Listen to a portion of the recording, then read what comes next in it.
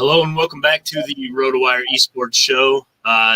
Looking ahead to, I get confused sometimes, man, because it's Tuesday, but we're going to talk about Wednesday, right? Yep. But first, we're going to talk about Tuesday's two-game LPL slate. Still getting the hang of that because, Andrew always told me it was confusing, and it definitely is because it's Tuesday, but we got to talk about Wednesday. But first, let's talk about today's two-game LPL slate just real quick. Joining me again is DFS Chan. Chan, how are you today? Sorry, I didn't mean to not welcome you. That's okay. I always feel welcome by Ethan. How are you doing? Good, man. Pretty good. Today's two-gamer, kind of as we expected. Again, I think especially the first series, Rare Atom, no problems at all with OMG in a pretty one-sided sweep as we expected yesterday. And then, EDG and BLG ended up a 2-1 for EDG, which I think we were kind of looking at both sides of that matchup yesterday, but I think we both thought that EDG would win, but that we wanted to give BLG, more of a chance than maybe some people would think. Yeah, I agree. I mean, BLG won the first game, and Game 2 wasn't close. EDG dominated that. But Game 3, as you saw, most of you guys probably saw, there was a long pause. But in the game that was started where it got canceled, it had to be remade. EDG was up 4-2, I believe. So EDG had the lead. So, EDG kind of cruised along after Game 1. But BLG definitely, looked pretty good in Game 1. BLG is definitely the kind of team that I will smash on, in some GPPs throughout the season because their roster looks very good, in my opinion, with Weiwei in the jungle and PP got as support. Yeah, I agree. I think they're going to be one of those back half playoff type teams, kind of like where Rare Atom are at.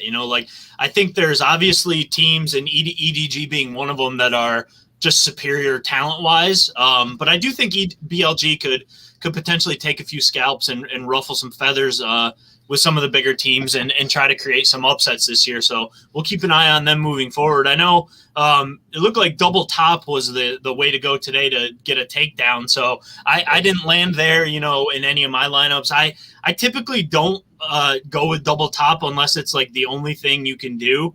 But then it's going to be really chalky probably too. So are you a guy that likes to look at double top, in certain matchups, or are you more, trying to go for of course we always want to get the carries like mid or 80 carry, but are you more of a guy that would play like a jungle captain over a top lane, or does it really just depend on the slate? Yeah, I usually, 90% of the times I prioritize 80 carries, mid, and then maybe jungle. Like today I had the lineup, my optimal lineup obviously didn't work out. I had Layan from Rare Atom as my captain, and then JJ. So I stacked the junglers from both favorites in my optimal lineup, but that didn't really work out because I didn't captain JJ. So, but yeah, sometimes I captain top laners. Depends on who the top laners are in those, respective matchups. Like, for example, like Ben, for Suning, as we kind of talked about that a few days ago, but he tends to play aggressively and he tends to participate, a lot in team fights. And another good example is that we saw recently is RNG's Xiaohu. So, yeah. Obviously those are some top laners that I like to play if I were to stack them, but most of the times, no, I do not.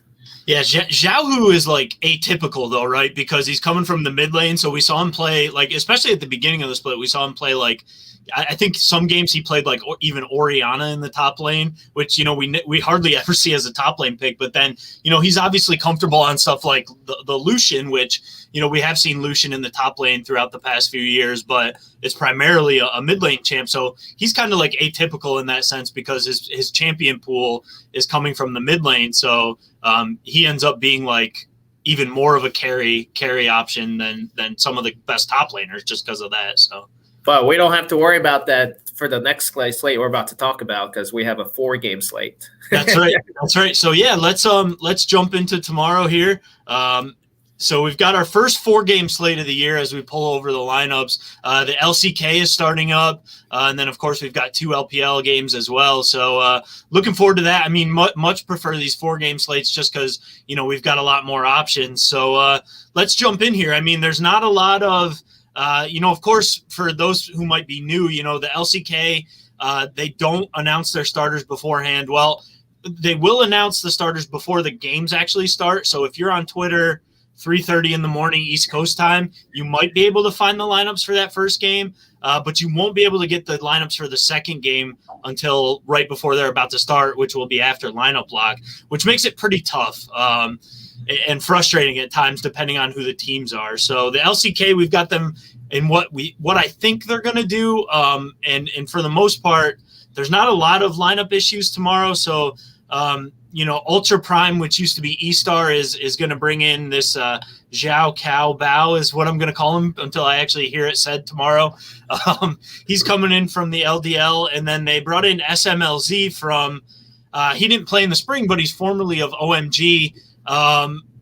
I think he's one of the worst AD carries in China.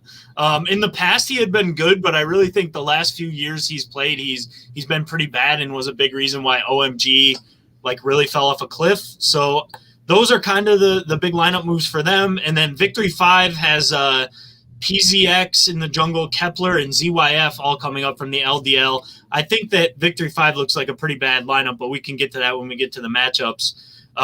Let's jump right in and let's start with the 4 a.m. game. First game in the LCK. It's Fred at Brion versus Sandbox. What do you think about this matchup? My first thought is I'm scratching Brion off my list because even if and when they win, I mean, they don't tend to score very well. I mean, last split and the spring split, they were one of the last teams in terms of kills per game. So they're, obviously in terms of DFS, I'm not playing any Brion players. So that obviously, we can talk about the matchup itself and the Sandbox. I mean, they didn't really change any of the rosters there, except for, I think Prince is starting an AD carry or will be most likely start, if it's confirmed. They do have, I don't mean to cut you off, sorry. They do have some backup options that they promoted, I should bring up. So they have Howling and a guy named Howling in the top lane, and then an AD carry named King Kong that they promoted from Academy. And then they do have On Fleek back on the roster. So they do have some backups and roles, but I'm going with what they ended the spring with. I think the only lineup question mark I have is it going to be Krakow or is it going to be On Fleek? Because I do think On Fleek is pretty good, but I do think Prince and Summit are pretty safe options to start. Right. No, I was just about to say that. So, yeah, Krakow on Fleek. I mean, in my opinion, Krakow was a more aggressive jungler earlier in the last split. But I think they had success with either of them throughout the split last season. Sandbox was not one of the top tier teams in the LCK, but they were, the middle of the standings team that sometimes beat good teams, but mostly took care of, the games against, lower tier teams like Brion. So, yep. Yeah, I mean, just looking at the rosters and the matchups individually, I think Sandbox will win 2-0. Brion, obviously, was notoriously known for beating really, really good teams last split, like T1 and Damwon Gaming, at astronomical odds. So, but yeah, I think, it's just earlier in the split, first game, I think Sandbox looked pretty good as a team. I don't know if they're necessarily individually skilled enough, to compete against top tier teams, but they're playing against Brion, and I think Sandbox will take care of business here. Yeah, I agree with you, but it's good that you said it first because I am known on this podcast as the Sandbox guy. So on paper, I really liked their roster coming into last year, and then they just really disappointed. So if you're going to go with Sandbox, is there any particular players that you really want to focus in on there? Yeah, Summit. Even though he's a top laner, he had a decent kill participation percentage last split, and he really is the engine, in my opinion. I think he goes. The team goes as he goes. He was one of the top ranked top laners according to the LCK commentators, as we watched sometimes watch the split last year. And then Fate is obviously another driver for that team. So. those are the two players that I would focus on. And like you said, with the jungler kind of being uncertain who's going to start, Summit and Faith are probably the two players I'm focusing on. Yeah, I agree with that. Summit and Fate are the second most expensive plays in their role, but I think they're solid plays. I'm glad you brought up Summit, especially because I do think on his day he can really be a carry top laner. We've seen it in the past. He's been a little more hit and miss of late, but I like that call a lot. So those are two guys I like a lot as well. And I'm always going to be rooting for Sandbox, so we're good to go there. I think if it sounds all right to you, if you agree with what I'm about to say, let's do the two LPL series together because as long as you agree with this part, I think that both Ultra Prime and Victory 5 can join Frederick Breon on the sidelines for this slate. Like, I'm not interested in either of those teams. I think their lineups both look pretty bad. They're both coming off really bad splits. And Victory 5 especially lost their two best players. They brought in Uniboy, who was one of the worst mid laners last year. So really don't like their lineup, especially. And Ultra Prime against FPX, I think, are in the same boat of. So I guess first, are you in agreement there that those two are not even on the slate except for to get destroyed by these two LNG and FPX? I agree. Yeah. Okay. I mean, for other reasons as well. I mean, I think Ultra Prime, formerly known as E-Star, is better than Victory 5. It just not, they're not playing against each other, but I think Ultra Prime is a better team than V5. But Ultra Prime is obviously playing against FPX. So FPX is a very strong favorite. And then they have some questionable starters that we don't know much about. And then Victory 5, like you earlier said, I mean, they have revamped their whole roster, and 4 of their best players have left the team or, got released. So, I mean, they're basically playing with rookies at this point. So that tells me that LNG just having, they kept their roster from the last split. I like LNG and FPX to both win. Yeah, I agree with you. I think Ultra Prime in the long run will be better than Victory 5. I can kind of understand what V5 are doing instead of like bringing in washed up veteran players that we know aren't good. Let's throw in some young players that, maybe they could be good or show some improvement, throughout the split, but don't see much hope for either of those teams tomorrow. FPX are obviously the most expensive team on the slate. The expected to win, their odds are the best. But do you have any pause playing FPX as the most expensive plays on the slate? We just saw yesterday they didn't need to get a lot of kills to beat a weak team, and they're facing another weak team tomorrow. So does that bring you any pause just because they're so expensive, or do you think they can show up and really dominate? I think they'll dominate again, but like you said, it depends on how they approach the game. And like you said, based on the last game, they were mostly focused on the macro game, and they didn't really care how many kills they racked up. So that kind of tells me, I need to look at what Ultra Prime's tendencies are, whether they like to engage in team fights. So E-Star last year had one of those just middle tier kills per minute metric I see. So, I think this looks like they had 0.86, so 0.86 kills per minute. And comparatively, that is lower than FPX's, which was 0.99 last split. But it is also higher than the LNG's kills per minute, which was 0.74. So, yeah, I mean, I think hopefully, I'm going to play FPX long stack in a lot of my lineups. Hoping that people, come off of FPX as being most expensive, and also because of the last game. But I think I'm just gonna go again and try my luck again and long stack FPX players if I can.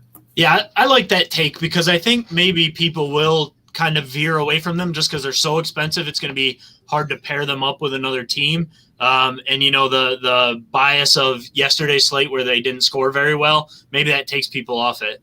LNG I like. I think I really have always liked Icon a lot back to his OMG days. And I think Tarzan can still be a really great jungler. So I like their mid jungle duo. And then Light, we saw him carry some games with huge scores last year.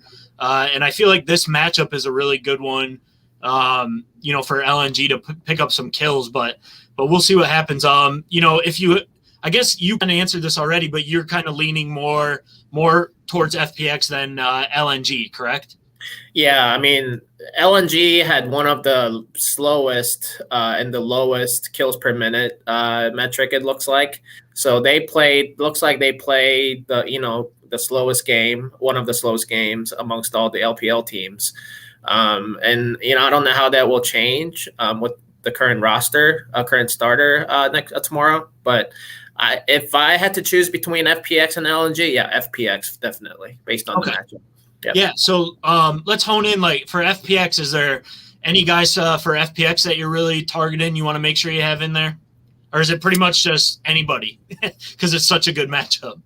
Yeah, I mean, I didn't go this route last game, but just looking at the numbers after the last game, Nuguri, top laner, it looks like he has meshed in with the team, very much. I think it kind of started later in the last split, and then throughout the playoffs, and then now earlier in the split.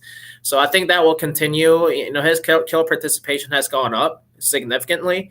And then obviously Tion and Doimbi. Doimbi has the highest kill participation percentage last split. Yep. On the last patch, it looks like, at least.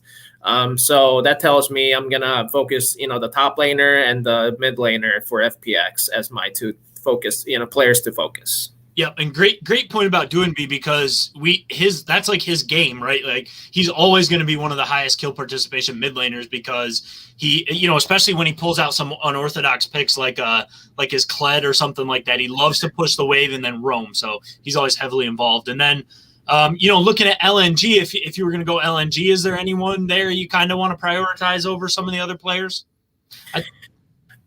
Yeah, I mean, LNG is kind of difficult to ascertain. Like, I think I mentioned this yesterday, but about Rare Atom, that individual players don't tend to score kill participation percentages as high as some other players on other teams. So, I mean, Tarzan and Icon were probably the two go-to guys I would go with, because, I mean, they're going up against, let me see, just based on the individual matchups, V5's jungler and the mid laner. Yeah, I mean, Uniboy, I mean, based on, I don't have the data to support this, but just based on my, viewing experience, Uniboy tends to die a lot. Yes. So that, and then the jungler, who's starting? Is it Jungle God? It's PZX is the starter. PZX, okay. So PZX, yeah, I mean, like I said, I mean, these are the rookies that will go up against the big boys in LNG. So, I mean, mid jungle, synergy is probably the most important, duo in my opinion, still, in League of Legends. So those are probably the two go-to guys I would focus on. Yep, I can agree with that. I think Uniboy was one of the worst, if not the worst, mid laners in the league last year. He came over from PSG Talon, right? If I'm remembering right, and it's a step up in competition, obviously, going to the LPL, and he really didn't meet the bell, or whatever you want to say, against a lot of these mid laners. So I like that. So, we saved the probably the marquee matchup on the slate is the last matchup, T1 facing off against Hanwha Life, two of the better teams in Korea in the spring. T1, so Hanwha Life, I believe, will come in with the exact same lineup that they ended the year: Morgan, Johan, Chovy, Deft, and Vista. They do have a couple backups. They have Dudu in the top lane and Arthur in jungle. Arthur in the jungle, so they could bring those guys in. Like I said, we won't know the confirmed lineup until after lock. T1 are always a terrifying proposition because of their 10-man roster, 11-man roster, 10-man. I think they don't have a backup support. So they have 3 junglers, 2 top laners, 2 mid laners, and 2 AD carries. I love T1. I think they should. They struggled a bit in the spring, we know. I think they should be really good in the summer. But what is terrifying about using them for DFS is that you don't know who's going to start. So I put the expected lineup as what they ended in the playoffs towards the end of last split, but we don't know for sure, and I want to make sure people know that up front. If they're going to play T1, they could surprise you with some lineup things. So I guess, who do you kind of lean lean towards in this matchup, and we'll go from there.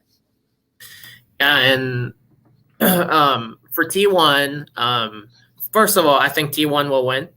T1, obviously, later in the last split, they had 5 players that were mostly veterans, and they played well together as a team. And those 5 were starting, for a while, throughout the last part of the split, and then throughout the playoffs. So I think, and then also I saw the tweet. I think the LCK had a preseason press conference amongst the teams, and I think the head coaches and one of the players from each team came to talk about their future, for the split and everything. And I saw that the T1 coach was talking about how he's not going to mix up the players as much this split compared to the spring split, because he sees the spring split as like a experimental phase and the summer split as like the next level where they get ready for the Worlds and qualifying for the Worlds. So yeah, I mean, that kind of tells me that the same 5 that started the playoffs will start again, and that's reflected on the RotoWire starting lineups page. Yeah. So yeah, I mean, I think with those 5, with that experience and in the way that the form that they were in last split and the playoffs, I think T1 will win. And like you said, for Sandbox, I mean, we don't know who the top laner is going to be. For Hanwha Life, we don't know who the top laner is going to be and who the jungler is going to be. I personally like Morgan and Arthur, but it's been a crapshoot to guess who starts in the top lane and jungler. So that uncertainty kind of makes me also firm my belief that T1 will win. So I have T1 2-1. I think Chovy, on Hanwha Life is the best mid laner in the world. Yeah, but he will go up against the Demon King, the Faker, Yep. So I think T1 will prevail, and and last point I'll make about this matchup is both teams have scored very well, like later in the split. And Hanwha, obviously, throughout the whole split, they scored well, and they competed against kills per minute against some LPL teams. So obviously, people consider HLE Hanwha Life as one of the teams to stack. But T1 also, surprisingly scored very well throughout the last part of the last split and the playoffs. So I actually have both teams, even though they're part of the LCK, as in my team stacking pool. So, for what it's worth, I think they're worth consideration for your lineups. Both. Yeah, I agree completely. I think, you definitely have to have Hanwha Life in your pool, I think, because I think, in my opinion, they're the only underdog that has a chance to win. I'm not like Victory 5 and Ultra Prime especially are just, they might as well not even exist. And then I think Fred at Breon has a chance because Sandbox aren't like world beaters, but I'm not giving them much of a chance. Hanwha Life are a good team, right? It's just this is a really tough matchup. I think one thing that's really interesting about this matchup in terms of DraftKings prices is Chovy is actually priced over Faker. Which is interesting, I thought, because in every other role, T1 is priced above their HLE counterpart, and you don't see that often. So I think that that just kind of reflects that it is a pretty close series. And part of that might have been that Faker and Closer split a lot of time last year and things like that. But so yeah, I mean, I do like Hanwha Life as an upset threat for sure. And, like I said, the difficult thing is we don't know what their lineup is going to be. Although I will throw out that in their last 6 series in the summer, the expected lineup that we have on the screen is what they went with, including the playoffs. So it was Morgan and Johan. Again, no guarantee that that's what it'll be tomorrow, but that's what it could be. And same for T1. We don't know for sure, but I do think that 5-man lineup in the expected is their best 5-man lineup. So, I guess if you're looking at these teams, you kind of talked about already, like if you're going with HLE, you talked about you're definitely going to want to have Chovy in there, right? Is there any other players for HLE that you would straight up prioritize if you're going with them? Yeah, I mean, Chovy is probably the only one that I would like to focus at this point. And, for this 4-game slate like this, you can go crazy with one-off players and all that in your lineup. So Chovy is definitely the only one that I am considering to focus. But if you're full stacking the team, Whoever is starting at jungle, Johan or Arthur. I mean, I like Johan, but he has a high kill participation percentage, and along with Chovy. So those are the two players I would focus. Deft and Vista. I mean, when I used to watch their games last split, sometimes they do their own thing, really just in the bottom lane. They're just isolated and trying to farm and scale, to the late game. So, and Vista doesn't like to roam as much as like other supports that I've seen that tend to score better than Vista. So Johan or Arthur, and then Chovy are probably the two players I would focus. And one thing I'll mention about the substitution risk, obviously before the game there is a risk, but also after game one, let's say if HLE loses the first game to T1, and HLE might swap the top laner or the jungler there. So there's that in series risk that you'll need to consider as well.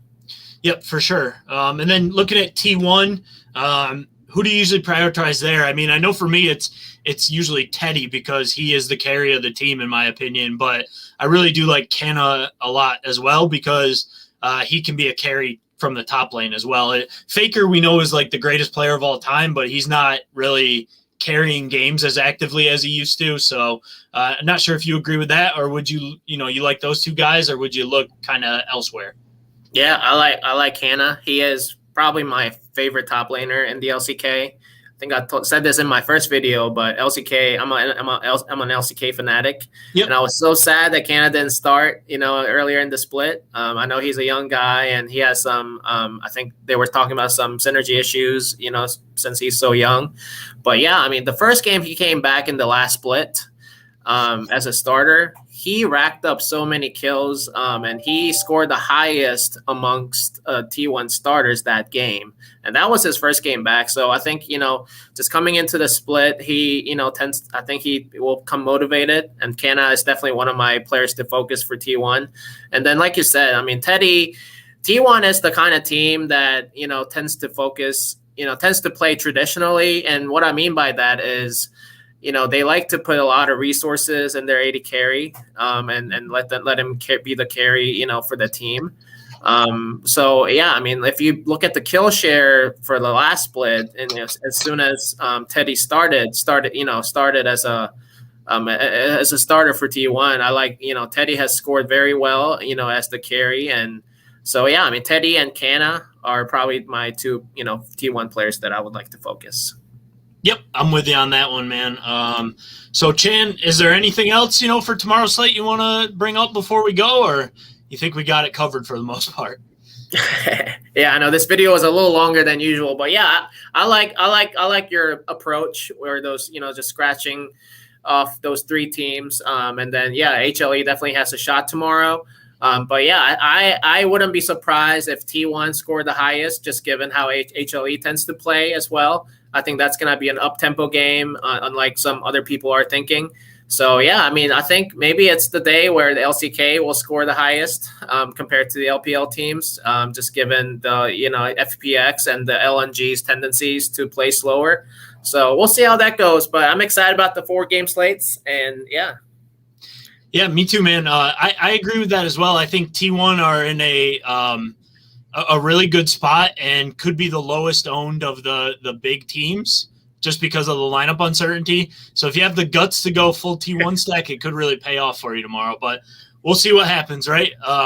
Yeah, we went a little long, like we said, so I won't do quite as long a spiel, but rotowire.com/pod if you want to check out the site for free for 10 days, no credit card required. And then you can go to rotowire.com/chat.